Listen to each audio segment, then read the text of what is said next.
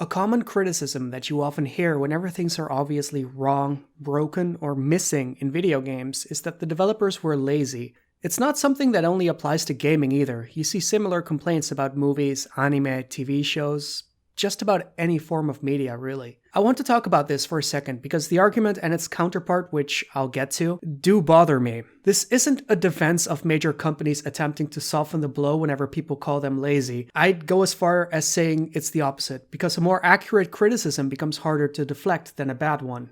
Whenever anything is severely wrong, broken, or missing in a game, there's a lot of possible causes, but you can put most of them under one or two categories: time constraints and mismanagement of the project. More often than not, it's going to be both to some degree, as it's harder to properly finish the development of anything the less time you have, and the less time you have and more content you need to make, the more people you need to have working on it, the harder it becomes to keep track of everything and how it ties. You get the idea. During the last generation, we started to become a lot more open about parts of games being sent out to different studios.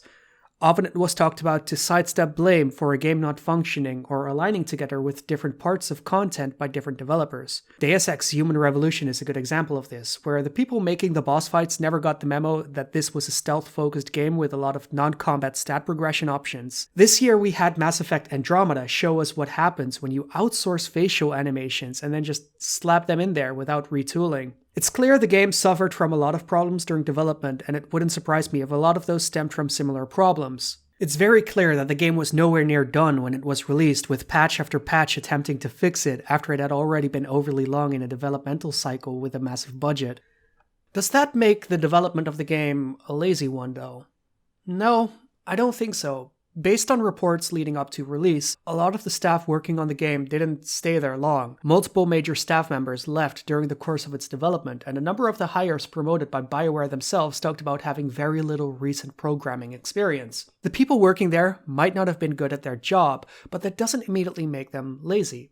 The bigger issue is that the game was horribly mismanaged from start to finish. Similar things happen with other games, and anytime a look at the actual quality of work locations in the game industry comes up, it paints a very bleak picture. Contract workers over proper employees is the norm, and unpaid overtime is expected as normal. People are basically hired to work in an industry believing it's a labor of love, only to get used up and tossed aside with zero job security before accepting work at another company that treats them pretty much the exact same. The problem isn't laziness that usually causes problems for games, it's incompetence. People overwork themselves constantly, and laziness can at least come with some sense of intending to right the wrongs later. Whereas the current scope of gaming, with outsourcing being the way it is, a single game isn't even just one project, and it's often so horribly managed nobody knows each other's work, and they won't know how it will affect one another when it's put back together. Then with deadlines being as they are, there is no time or care to fix the problems that arise from the game elements being put back together at the end. It's pretty clear longer developmental cycles with a smaller number of real internal staff members could solve most of these issues, but now you've got less games coming out this year. Your sales projections aren't going up as much, and as a publisher, you can't justify this to your investors. So the studio needs to get cut off and keep working on the game out of their own pocket before the inevitable cancellation. Also, before people bring this up, outsourcing isn't necessarily cheaper. Yeah, the contractors hired to work this way are cheaper per person, but consider that the work done by being outsourced is stacked on top of the active development of the game as it is.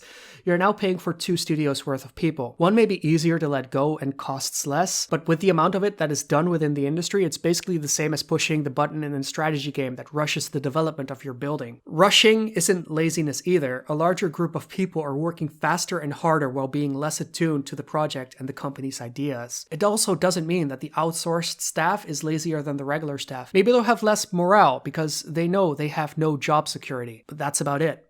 So this brings me to another point that I want to make, which is effort. Let me make an example by illustrating the contrast between 2 arguments as they are often made. You want to dig a hole in your backyard to hide your dead grandmother or your gunpla.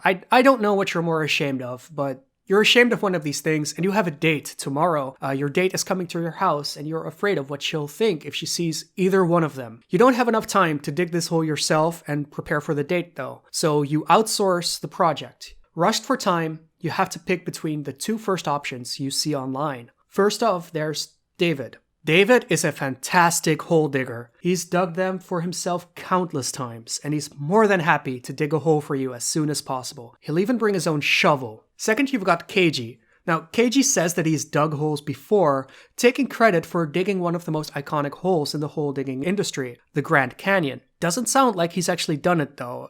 Chances are it was already there and then he came to the scene and said that he did it. KG does not have a shovel and he refuses to work with one. In fact, he'd rather just use his hands. Now, based on typical online argumentation you would see about the two, David is lazy. He's mostly dug the holes for himself, and yet he still managed to get out every time. Clearly, he's not doing a good job of it. He even uses a shovel and is done long before the deadline, not wanting to work the full hours to dig his holes. That's just not acceptable. KG though, KG works with his hands. Sure, it's not as fast as with a shovel, but you know how much more effort it takes to work without one? You can't criticize someone who puts that much effort into his work. Clearly, something like the Grand Canyon could never be dug within a deadline. You should hire him right now. He might not finish digging before your date shows up, but hey, it's better than nothing. The other side of the coin is that if developers who are perceived as doing wrong or lazy, the ones who are doing things right are the only ones in the world actually putting effort into their work. And you cannot criticize them for questionable, intentional choices in their work because they put that effort in, except so did the people who get brushed aside as lazy because they're getting mismanaged. Or just people who make games with choices you don't like. Permadeath is something that's often described as lazy game design for making you go through the same content more than once. But designing a good game with real permadeath that teaches you as you play it through a real difficulty curve with enough variation of content so it doesn't get stale before you beat it, that's anything but lazy. And it's an equation most developers within the genre try to balance in different ways, constantly. Stealing art, content, sound effects from other games borders on lazy. Although things like these could be fine in a fan project or a free indie game, depending on the scope of the project, theft doesn't automatically have to be an immediate sign of a lazy developer. A good example of this is Charles Barkley's Shut Up and Jam Gaiden and how much it achieves in a shitty RPG Maker game with stolen everything all over the place. On the other hand, you have Yandere Dev. He's not lazy either, he's just unhinged, with no understanding of planning, maintaining a project, dealing with scope, feature creep, knowing how to program, how to deal in a social situation with other people online. No matter what kind of crazy bullshit schedule he keeps up with to work with this game, he's not lazy. He's just insane. Not everything that people put effort into is automatically great, and they're most definitely not automatically worth your money either. When actual problems in design get swept under the rug as laziness instead of the millions of other things it could be, including a simple "I don't prefer this," it adds to the noise. It's not criticism anyone can work with, and I've talked to developers who actually get really annoyed when it's said that other people's game design is lazy. Not only does it clutter up the feedback other players have access to, it's dismissive to everyone who puts effort into their games. Even a defense of, you can't criticize this because the developers worked so hard on it, adds to this noise. Although, in my experience, it's often the same group that says both things. Now, I could be a complete asshole and say you should stop being lazy in your criticisms in the future, to stop saying someone put in effort as a shield against criticism, but I think it applies here too. Not everyone is capable of putting together their thoughts into words in a way that is understandable or constructive. In its own way, it's a skill, and some people are better at it than others. But I would like to ask people to keep in mind that perceived laziness and effort in a multi-year large group effort, or even just in a single person's effort mixing their project time with their work and social life, isn't an effective form of critique. Arguing about how much laziness and effort went into a project with others isn't going to achieve much more than an empty fanboyish flame war either. Debating someone doing that is going to validate them more than teach them how to actually find a way to put their actual critique into words. Anyway, this was AboveUp. I hope you enjoyed this video and see ya.